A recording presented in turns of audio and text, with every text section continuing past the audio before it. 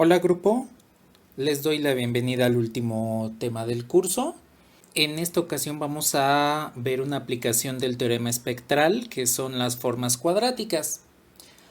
Vamos a definir lo que es una forma cuadrática. No es otra cosa más que una función desde r a la n hasta r. Es decir, es una función escalar de variable vectorial. ¿A qué nos referimos con eso? Pues que la función f puede estar evaluada con la variable x1, x2, así sucesivamente hasta xn. Y la forma en la cual vamos a encontrar el número real que nos devuelve esta función es a partir de un vector m transpuesto multiplicado por una matriz y multiplicado por el mismo vector m, donde este vector m tiene las variables x1, x2 hasta xn. Entonces, lo que tenemos aquí es la expresión general de una forma cuadrática. Probablemente se les haga familiar porque es la misma expresión que hemos usado para denotar lo que es un producto interno. Pues resulta que una forma cuadrática la podemos definir a partir de un producto interno, pero no necesariamente tiene que ser este tipo de construcción que hemos estudiado. Puede ser cualquier matriz A, siempre y cuando sea una matriz simétrica. Y si hablamos de matrices simétricas, entonces hablamos del teorema espectral, que recordarán, una forma en la cual podemos expresar el teorema espectral vendría siendo esta: A igual a U por D por U transpuesta, donde U pues es una matriz unitaria, pero como estamos trabajando sobre el campo de los números reales, entonces debe ser una matriz ortogonal, y D pues es la matriz que contiene a los valores propios, la matriz diagonal. Entonces, tomando en cuenta esto, podemos expresar una forma cuadrática en términos de la matriz D. Ahora, ¿cómo podemos realizar esta reescritura de la forma cuadrática? Bueno, podemos sustituir la definición del teorema espectral en la forma cuadrática. Entonces, esto me va a quedar de esta manera. La forma cuadrática f de m es igual a m transpuesta por la matriz A, que la podemos sustituir por U, por D, por U transpuesto, M. Bien, lo que voy a hacer a continuación es aplicar una propiedad de la transposición. Si yo tengo el producto de dos matrices y lo transpongo, entonces esto va a ser igual a conmutar el producto, pero transponer cada matriz de manera individual. Lo que voy a hacer es utilizar esa propiedad con este producto y lo vamos a comparar con el que tenemos de este lado. Entonces, como tengo a m transpuesto de manera individual a u, significa que tengo esta parte de la propiedad del producto con transposición. Entonces voy a conmutar y eso quiere decir que debo transponer esos dos elementos. Me va a quedar de esta forma. Conmuto el producto, pero como acabo de conmutar el producto, lo que estoy haciendo es regresando de b transpuesta a transpuesta a por b transpuesto. Entonces necesito una transposición aquí y otra transposición en m transpuesto.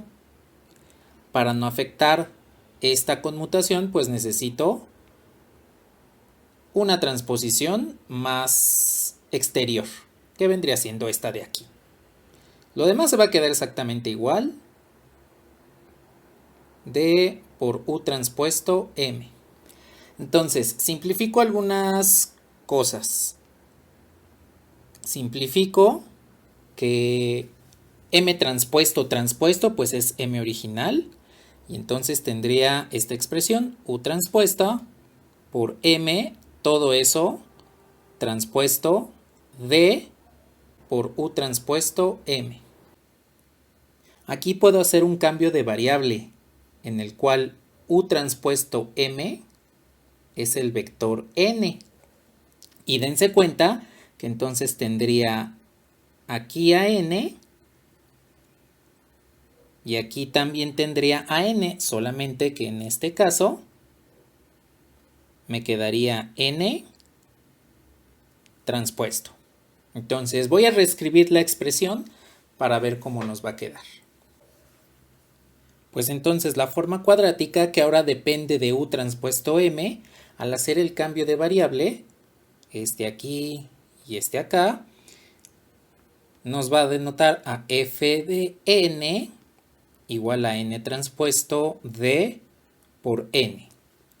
Ahora, ¿qué es lo que estamos haciendo y por qué el teorema espectral nos ayuda a realizar esto? Cuando yo hago este cambio de variable, lo que estoy haciendo es aplicar un cambio mediante una matriz que va de la base A a la base B, multiplicando al vector m para que me devuelva el vector n. Es decir, estoy haciendo un cambio de coordenadas. Recordemos que m está en términos de x1, así sucesivamente hasta xn. Cuando hago ese cambio de coordenadas, pues resulta que n está en términos de u1 y así sucesivamente hasta un. Lo que estoy haciendo es un cambio de coordenadas para representar a la forma cuadrática en otro sistema, en otra referencia. Esto es sumamente útil porque esta es la base de por qué puedo girar ejes coordenados. Esta es la base de cómo hago un cambio de coordenadas XY a coordenadas en un sistema rotado. Supongamos que tenemos esta forma cuadrática en R2. Cuando hago el producto de esta matriz, observen lo que me devuelve. Hago el primer producto del XY por la matriz 8, 1, 1, 8, que me da de resultado 8x más y, x más 8y, que todavía debe estar multiplicando por xy. Y entonces cuando realizo este producto, me quedaría 8x cuadrada más xy más xy más 8y cuadrada.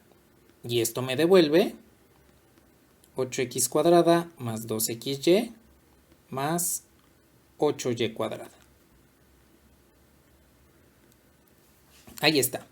Ahora, probablemente esto les recuerde algo muy familiar que vieron en su primera semana de estar en la facultad. En la asignatura de cálculo y geometría analítica les recibimos con el tema de cónicas y había ahí un subtema muy pequeñito que nada más era mencionarlo sobre la rotación de ejes coordenados.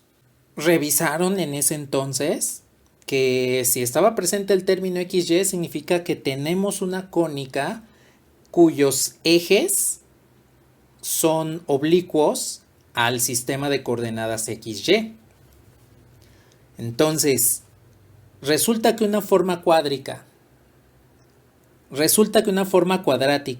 en R2 me va a definir una cónica. Ahora, nos hace falta los términos lineales más algo en X, más algo en Y, etc. Esa parte, por acuerdo de la Academia de Álgebra Lineal, pues no la vamos a tomar en cuenta. Sin embargo, en los ejemplos que están en el Moodle, hay una parte en la cual muestra cuál es la forma de manipular esos términos. Pero en sí, no es parte de nuestro temario, entonces solamente nos vamos a quedar con la forma cuadrática como tal, la que tendría los términos x cuadrada, xy, y cuadrada. Entonces, ¿qué es lo que sucede aquí? Pues resulta que como ese término me designa una cónica con semiejes oblicuos al sistema de referencia, pues eso quiere decir que puedo tardar en caracterizarla. Pero como vimos hace un rato, pues esta matriz es una matriz simétrica, es de una forma cuadrática y puede ser nuestra matriz A. Cuando nosotros diagonalizamos esta matriz mediante el teorema espectral, la sustituimos por U de U transpuesta. La matriz U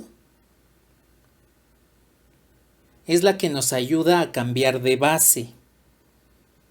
¿A qué base? Pues va a ser desde el sistema XY en el cual la cónica, digámoslo así, está rotada, hasta un sistema de coordenadas UV en el cual la misma cónica no se encuentra rotada. ¿Cómo sabemos que no se encuentra rotada? Por la matriz D. Si ustedes observan, este coeficiente 8 y este otro coeficiente 8 son los que se encuentran aquí. Este primer 8 está presente en esta multiplicación, está presente en esta y está presente en esta. El segundo coeficiente 8 es el que tenemos aquí y es el que termina en el término y cuadrada. Eso quiere decir que los coeficientes que se encuentran en los triángulos, esos dos 1, están aquí, aquí y terminan con el término mixto en la forma cuadrática. Si yo sustituyo esto por la diagonalización, la matriz diagonal pues tiene esta forma. Lambda 1, 0, 0, lambda 2. Si sigo este mismo modelo, este estaría en el primer término cuadrático, lambda 1 por el término al cuadrado, como ustedes le llamen. Le voy a poner U. En el término U cuadrada. Más estos dos términos, que son ceros, se encontrarían en el término intermedio, que es el mixto, que en la forma cuadrática original se encuentra aquí. Pues valdría 0, eso quiere decir que se desaparece el término mixto. Y el último valor propio, que sería lambda 2, pues estaría en el segundo término, que le voy a llamar v cuadrada. Pues entonces resulta que cuando le aplico a una forma cuadrática el teorema espectral, lo que estoy haciendo es rotar la curva, que representa. ¿Por qué esto es cierto? Pues porque también recuerden que el teorema espectral se logra a partir de matrices unitarias y el efecto geométrico que nos crea la matriz unitaria es el de rotación. Entonces, yo puedo rotar los ejes coordenados del sistema XY para encontrar la mejor posición en la cual representar una cónica cuyos ejes son oblicuos al sistema de referencias. La forma cuadrática que estábamos trabajando era 8x cuadrada más 2xy más 8y cuadrada. Le voy a igualar a un número positivo. En este momento no sé si me ocurre 63. Y entonces observen que se trata de una elipse. Esta forma cuadrática nos va a representar una elipse cuyos ejes están oblicuos, cuyos semiejes se encuentran oblicuos al sistema de coordenadas XY. Entonces, ¿qué es lo que sucede aquí? Pues aquí tengo el semieje menor y este debería ser el semieje mayor. Entonces, en este momento, gráficamente nada más podemos caracterizar con que es una elipse, pero no tenemos certeza de cuáles son las longitudes de sus semiejes. Entonces, lo que vamos a hacer es hacer un cambio de coordenadas mediante el teorema espectral, tal cual como lo acabamos de hacer hace un rato. Vamos a caracterizar entonces esta forma cuadrática a partir del teorema espectral. Entonces, si yo tengo la forma cuadrática 8x cuadrada más 2xy más 8y cuadrada igual a 63, pues puedo revertir el proceso para obtener su matriz original. Entonces, recordemos que la matriz original era 8, 1, 1, 8. Y esto multiplicado por x, y, x, y. Y esto es igual a 63. Entonces, voy a designar los coeficientes, que son a, b y c. De acuerdo a como hicimos la multiplicación hace rato, el término a se encuentra aquí, en tanto que el término c se encuentra acá. Dense cuenta que los coeficientes cuadráticos puros, es decir, los que contienen o x cuadrada o y cuadrada, se encuentran en la diagonal principal de la matriz. En el caso del término b, habíamos comentado que se encuentra en los triángulos de la matriz. Pero dense cuenta que aquí tengo 2 y en los triángulos tengo 1. Eso quiere decir que el término b está dividido entre 2. De esta forma, cualquier forma cuadrática viene de una matriz A, B medios, C. Siempre y cuando estemos manejando R2, pero en R3 va a ser una matriz entonces de 3 por 3, va a tener términos A, C y otro término para el coeficiente en z cuadrada, y los triángulos superior e inferior van a ser los elementos mixtos, los coeficientes mixtos, pero también divididos entre 2. Entonces, lo que tengo aquí, pues ya es la matriz de la forma cuadrática. Así es como podemos recomponer la matriz a partir de la ecuación x cuadrada, xy y y cuadrada que estemos trabajando. Entonces, el proceso que hicimos hace rato de multiplicar y llegar para acá, pues lo acabamos de revertir al momento de ubicar los coeficientes en las posiciones respectivas de la matriz. Entonces, vamos a trabajar con la forma matricial de esta elipse y vamos a diagonalizarla a partir del teorema espectral. Bien, entonces habíamos dicho que si yo tengo la forma cuadrática f de n, esto era igual a n transpuesta d por n. Y esto lo habíamos obtenido a partir de u por u transpuesto por m transpuesto de u transpuesto por m. Así es como habíamos obtenido hace un rato la descomposición espectral, la diagonalización mediante el teorema espectral. Entonces, lo que voy a hacer pues es obtener los valores propios de la matriz. Entonces, 8 menos lambda, 1, 1, 8 menos lambda. Esto va a ser igual a 0. Y entonces obtendría 8 menos lambda al cuadrado menos 1, esto es igual a 0.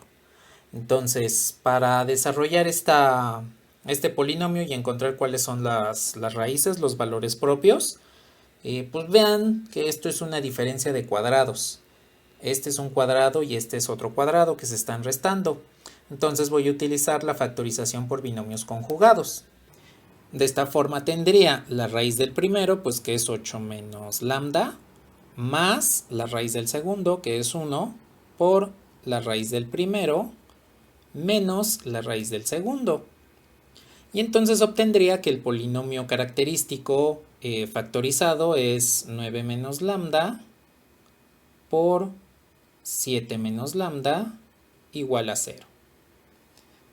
Voy a hacer aquí dos consideraciones. La primera,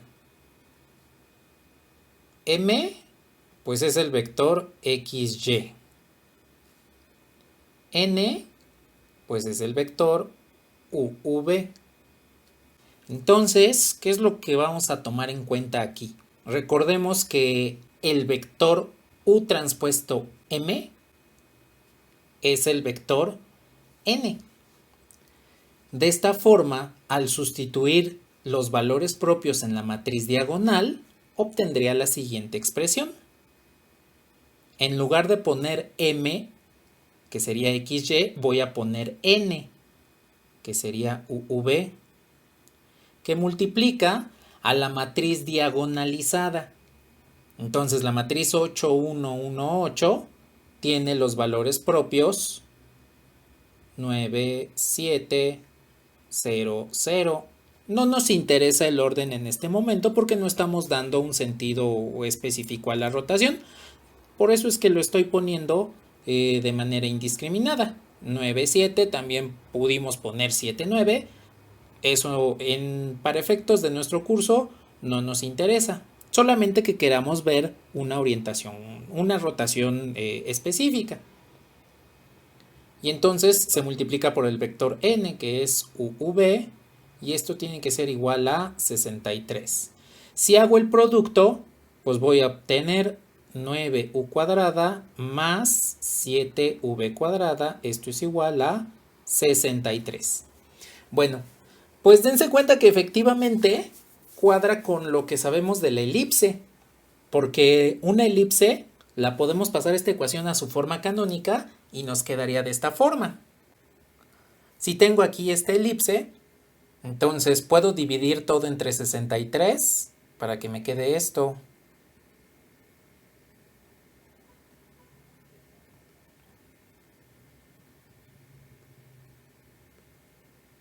Y entonces, simplificando lo que debo simplificar, pues me queda u cuadrada 7 más v cuadrada 9.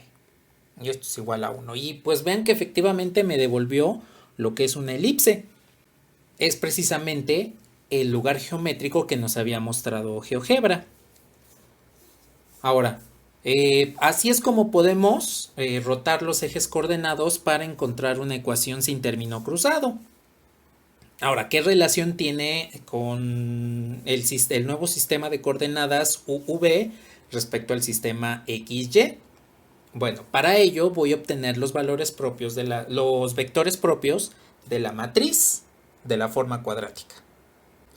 Esta es la matriz de nuestra forma cuadrática. Recordemos que los valores propios eran lambda 1 igual a 9 y lambda 2 igual a 7. Entonces, voy a obtener el espacio característico asociado a lambda 1. Entonces, hago la resta. Cuando a esta matriz le resto 9 veces la identidad, es decir, lambda igual a 9, obtengo lo siguiente: menos 1, 1, 1, menos 1. Y voy a multiplicar por el vector AB. Recordemos que esto me tiene que devolver el vector nulo. Entonces nuestro sistema de ecuaciones es menos a más b igual a 0, a menos b igual a 0, y de esta forma encontramos que a es igual a b. Entonces el espacio característico asociado a lambda igual a 9 es el siguiente. Serían todos los vectores a, b, donde a es igual a b, tal que a pertenece a los reales. Voy a tomar una base de este espacio característico, entonces voy a decir que a es igual a 1. Entonces, la base de este vector pues va a ser 1, 1. Bien, aquí voy a guardar esta base y vamos a calcular el espacio característico asociado a 7. Pues ahora tengo entonces el espacio característico para 7. Pues entonces, para calcular el espacio característico asociado a lambda igual a 7, pues a la matriz que tenemos ahí le resto 7 veces la identidad. Entonces esto me quedaría 1, 1, 1, 1. Ok. que multiplica a AB y que me devuelve el vector nulo. Nuestro sistema de ecuaciones entonces es A más B igual a 0, A más B igual a 0, son la misma ecuación. Entonces puedo despejar A para que me devuelva menos B. De esta forma, el espacio característico asociado a 7 es igual a menos B, B, donde B pertenece a los reales. Voy a darle el valor de B igual a 1 y entonces me va a devolver el vector menos 1, 1. Bien, ya tengo entonces la base de vectores característicos que me ayudan a diagonalizar. Nada más recordando que estos vectores son ortogonales. Si hacen el producto punto, pues les da 0. Pero además deben ser unitarios para que pueda hacer el cambio de coordenadas correcto. Bueno, vean qué es lo que sucede en GeoGebra con estos dos vectores.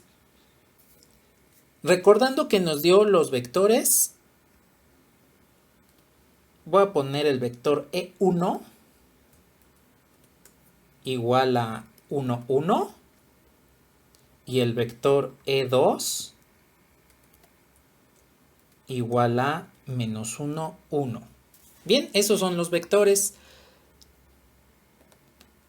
Lo que voy a hacer es calcular una recta que tenga esos vectores, calcular un par de rectas que tenga esos vectores como vectores directores.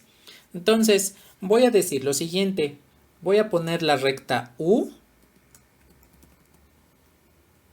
que va a utilizar un punto, que es el origen, y que va a utilizar el vector 1, 1. Entonces utiliza el vector E1. Ahí tengo esta recta. Le voy a cambiar el color.